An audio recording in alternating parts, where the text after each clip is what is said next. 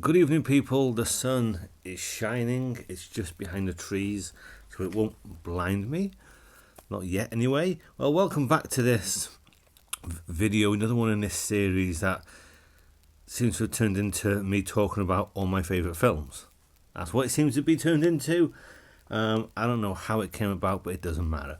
Today's video will be even less of a review than the other ones you've seen, because what can I say that hasn't already been said? Everybody knows The Wizard of Oz. Story of a girl, lives in Kansas, gets swept away to the magical land of Oz, where everything is colourful and bright, the complete opposite of what it is in Kansas. And she meets friends, kills a woman, gets chased by her sister to find a wizard who's got as much magic as you and me. Everyone knows it. Even if you don't like it, you have to know this. Is there anyone on this earth who doesn't know what this is? Because I absolutely love it. It's the film I've seen the most.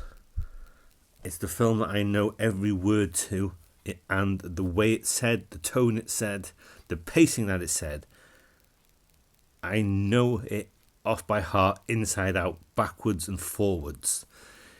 Used to be my favourite film. Then it was my joint favourite film with Mary Poppins.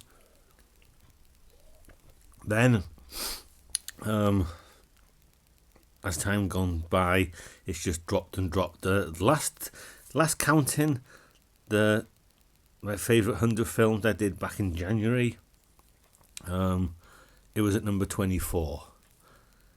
I've since revalued that, and it will shoot up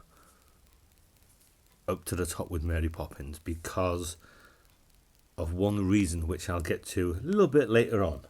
I say that like we're going to be here for 35 minutes. But the cast of this film is fantastic. Burt Lahr, Ray Bolger, Jack Haley, Margaret Hamilton, Judy Garland, Billy Burke, she doesn't do a great deal, Toto the dog. I just can't imagine anybody else in these roles. The look of the film is phenomenal. What went into this film is phenomenal. All the songs are phenomenal. Everything is phenomenal. The world of Oz is my favourite world, whether it's Wizard of Oz in this world, which is, what is it? It is the world of Oz is separate sound stages, and you can see their sound stages. You look at behind the scenes in Kansas, or when she's going around the corner to the Tin Man, and you see behind the scenes there's lights above. But when you're watching it, it doesn't give that impression. Whether it's the land of Oz in Return to Oz, where it's all fucked up, whether it's in Oz the Great and Powerful, whether it's in the books, whether it's in another adaptation or another adaptation that contradicts that adaptation, it doesn't matter. The world of Oz I find incredibly fascinating. I could go on for 20 minutes and bore people to death with this, because I wanted a video for 22 minutes which had pictures, footage, which all synced up to what I was saying, and that's the greatest video I've ever done. I can never top that. I would never want to. So I'm not going to sit here and bore you with the details. And there was this amount of horses, or that the crow that lands on the scarecrow's got a name, and the dog was paid more than the people. None of that business. No one wants to hear that. Margaret Hamilton is my favourite thing in this. She is different from the book. There's lots of things different from the book. There's things different from the book solely just for Technicolor, like them. Everyone knows they weren't red. They were silver. But silver won't show up on our nice new shiny Technicolor technology. Well, lots of things are different. There is a more accurate version called The Wizard of Oz, 1982 animated film, Japanese. It's on YouTube, which is a lot more accurate than this.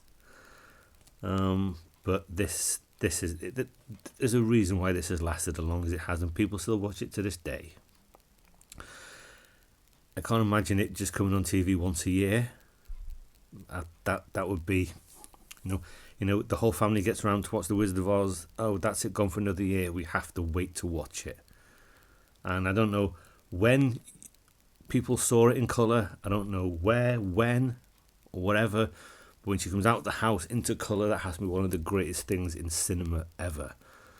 And doesn't have the same kind of punch for us today. But the reason I would put this back in my favourite films of all time, at number one with Mary Poppins, is because in January, when my mother went into hospital, the next day, obviously I wasn't feeling great. It wasn't a great time.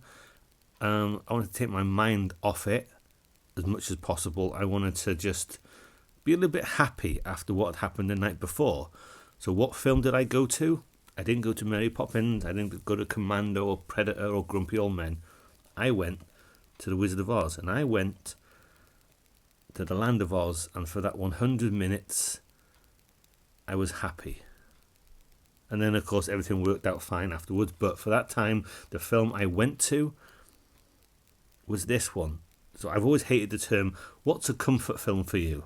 I don't have comfort films.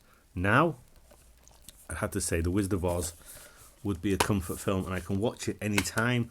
I wouldn't have to. I could never watch it again. And if I didn't watch this for 40 years, and then watched it in 40 years' time, I would still know every single word. It seems to have been with me forever, and it's Bob's favourite film, and now I'm shunting it back up to make it my favourite film as well. Wizard of Oz is fantastic. Cheers.